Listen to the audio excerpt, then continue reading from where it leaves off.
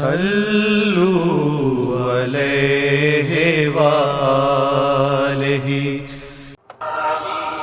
ہرقل شاہ روم نے قریش کے قافلے میں ایک آدمی بلانے کو بھیجا، اور اس وقت یہ لوگ تجارت کے لیے ملک شام گئے ہوئے تھے، اور یہ وہ زمانہ تھا جب رسول اللہ صلی اللہ علیہ وسلم نے قریش اور ابو سفیان سے ایک وقتی عہد کیا ہوا تھا۔ جب ابو سفیان اور دوسرے لوگ ہرقل کے پاس ایلیا پہنچے جہاں ہرقل نے دربار طلب کیا تھا، اس کے گرد روم کے بڑے بڑے لوگ، علماء، وزراء و امراء بیٹھے ہوئے تھے۔ ہرقل نے ان کو اور اپنے ترجمان کو بلوایا، پھر ان سے پوچھا کہ تم میں سے کون شخص مدعی رسالت کا زیادہ قریبی عزیز ہے؟ ابو سفیان کہتے ہیں کہ میں بول اٹھا کہ میں اس کا سب سے زیادہ قریبی رشتہ دار ہوں۔ یہ سن کر ہرقل نے حکم دیا کہ اس ابو سفیان کو میرے قریب لا کر بٹھاؤ اور اس کے ساتھیوں کو اس کی پیٹھ کے پیچھے بٹھا دو۔ پھر اپنے ترجمان سے کہا کہ ان لوگوں سے کہہ دو کہ میں ابو سفیان سے اس شخص یعنی محمد صلی اللہ علیہ وسلم کے حالات پوچھتا ہوں، اگر یہ مجھ سے کسی بات میں جھوٹ بول دے تو تم اس کا جھوٹ ظاہر کر دینا۔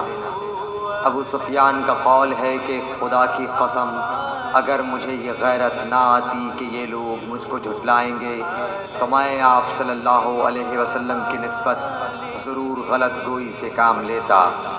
خیر، پہلی بات جو ہرقل نے مجھ سے پوچھی وہ یہ کہ اس شخص کا خاندان تم لوگوں میں کیسا ہے؟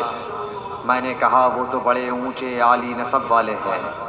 کہنے لگا اس سے پہلے بھی کسی نے تم لوگوں میں ایسی بات کہی تھی؟ میں نے کہا نہیں۔ کہنے لگا اچھا اس کے بڑوں میں کوئی بادشاہ ہوا ہے؟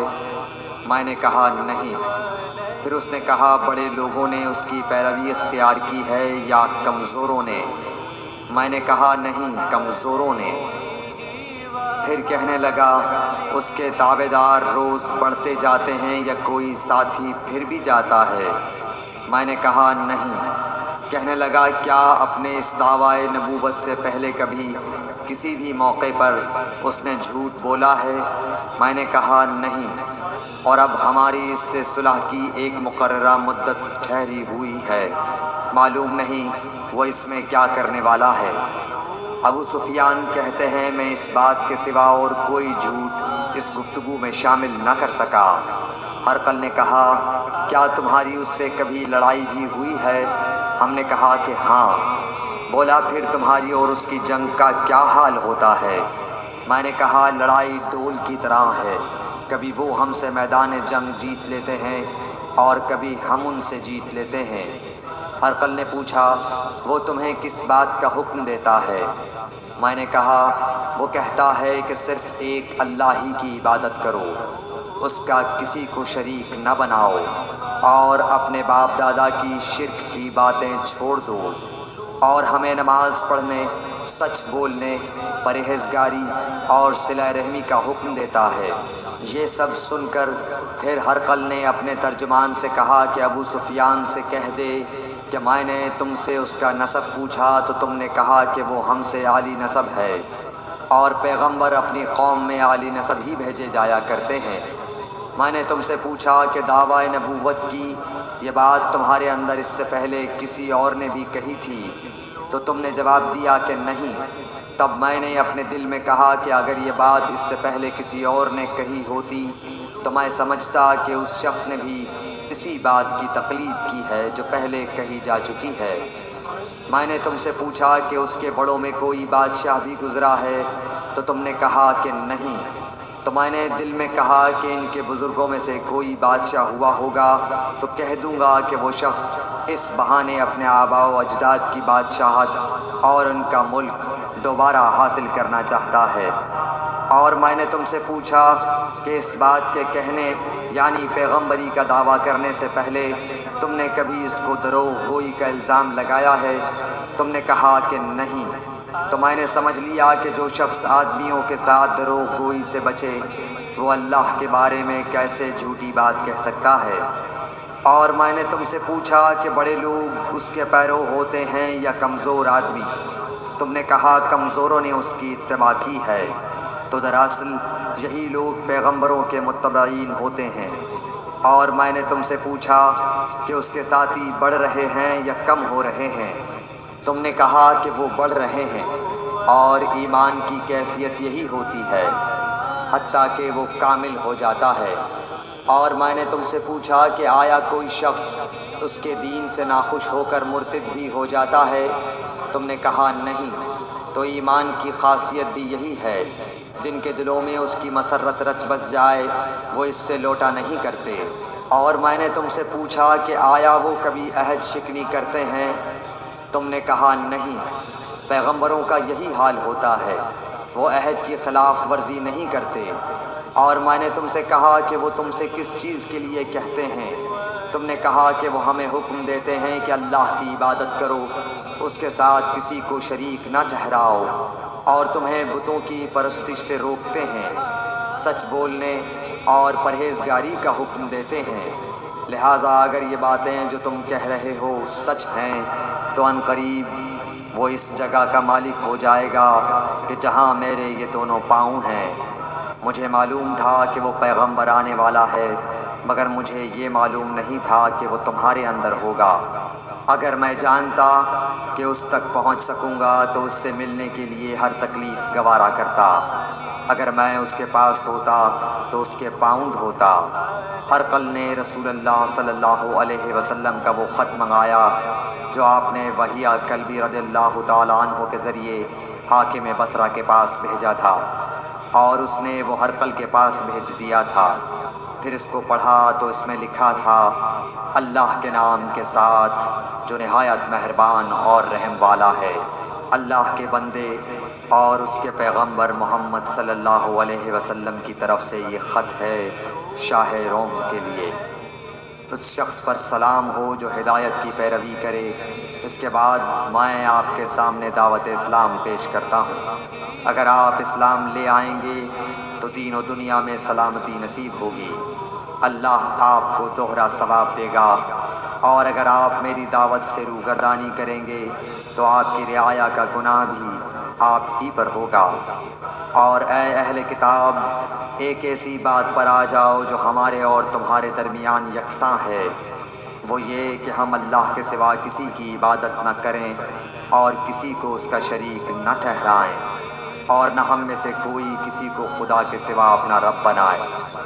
پھر اگر وہ اہل کتاب اس کتاب سے منہ پھیر لیں تو مسلمانوں، تم ان سے کہہ دو کہ تم مانو یا نہ مانو، ہم ایک خدا کے اطاعت گزار ہیں۔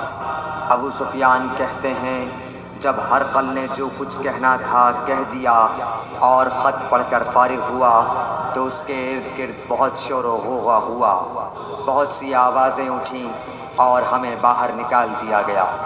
تب میں نے اپنے ساتھیوں سے کہا کہ ابو کبشہ کے بیٹے حضرت صلی اللہ علیہ وسلم کا معاملہ تو بہت بڑھ گیا۔ دیکھو تو اس سے بنی اصفر روم کا بادشاہ بھی ڈرتا ہے۔ مجھے اس وقت سے اس بات کا یقین ہو گیا کہ حضور صلی اللہ علیہ وسلم ان قریب غالب ہو کر رہیں گے، حتیٰ کہ اللہ نے مجھے مسلمان کر دیا۔ راوی کا بیان ہے کہ ابن ناطور ایلیا کا حاکم ہرقل کا مصاحب اور شام کے نصارہ کا لاٹ پادری بیان کرتا تھا کہ ہرقل جب ایلیا آیا ایک دن صبح کو پریشان اٹھا تو اس کے درباریوں نے دریافت کیا کہ آج ہم آپ کی حالت بدلی ہوئی پاتے ہیں، کیا وجہ ہے؟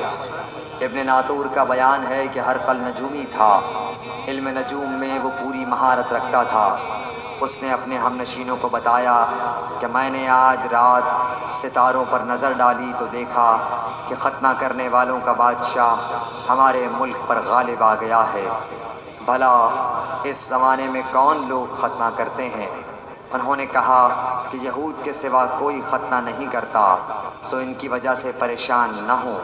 سلطنت کے تمام شہروں میں یہ حکم لکھ بھیجیے کہ وہاں جتنے یہودی ہوں سب قتل کر دیے جائیں۔ وہ لوگ انہی باتوں میں مشغول تھے کہ ہرقل کے پاس ایک آدمی لایا گیا جسے شاہ غسان نے بھیجا تھا۔ اس نے رسول اللہ صلی اللہ علیہ وسلم کے حالات بیان کیے۔ جب ہرقل نے سارے حالات سن لیے تو کہا کہ جا کر دیکھو وہ ختنہ کیے ہوئے ہے یا نہیں۔ انہوں نے اسے دیکھا تو بتلایا کہ وہ ختنہ کیا ہوا ہے۔ ہرقل نے جب اس شخص سے عرب کے بارے میں پوچھا تو اس نے بتلایا کہ وہ ختنہ کرتے ہیں۔ تب ہرقل نے کہا کہ یہی محمد صلی اللہ علیہ وسلم اس امت کے بادشاہ ہیں جو پیدا ہو چکے ہیں۔ پھر اس نے اپنے ایک دوست کو رومیہ خط لکھا اور وہ بھی علم نجوم میں ہرقل کی طرح ماہر تھا۔ پھر وہاں سے ہرقل حمص چلا گیا۔ ابھی حمص سے نکلا نہیں تھا کہ اس کے دوست کا خط اس کے جواب میں آ گیا۔ اس کی رائے بھی حضور صلی اللہ علیہ وسلم کے ظہور کے بارے میں ہرقل کے موافق تھی کہ محمد صلی اللہ علیہ وسلم واقعی پیغمبر ہیں۔ اس کے بعد ہرقل نے روم کے بڑے آدمیوں کو اپنے حمص کے محل میں طلب کیا اور اس کے حکم سے محل کے دروازے بند کر لیے گئے۔